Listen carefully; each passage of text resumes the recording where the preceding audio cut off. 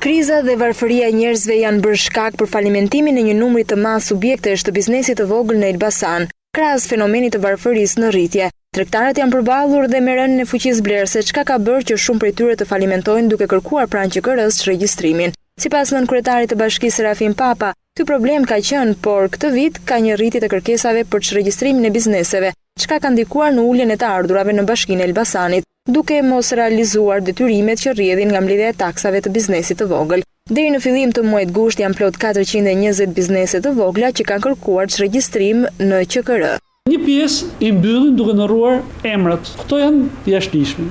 Dhe ne gjithmonë kur hapet një objekt i cili është regjistruar pranë QKR-s, ne nuk e regjistrojmë nëse ai ka lidhje me subjektin i cili është regjistruar më parë.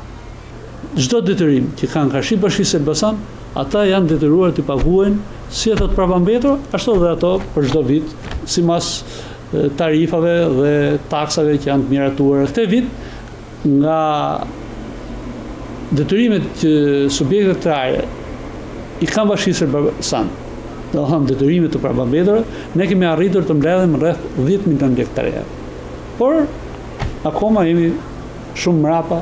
Numri 2 Bashkisë e Elbasanit, Papa, u ka lëshuar edhe një apel bizneseve që të ligujtojnë fillimisht detyrimet që kanë, pasi vetëm kështu mund të bëjnë regjistrimin. Në rast të kundërt, theksoi ai, do të ushtohet kamatavonesa dhe mund të shkojnë deri edhe në ndjekje penale për mosshlyerje të detyrimeve ndaj Bashkisë së Elbasanit.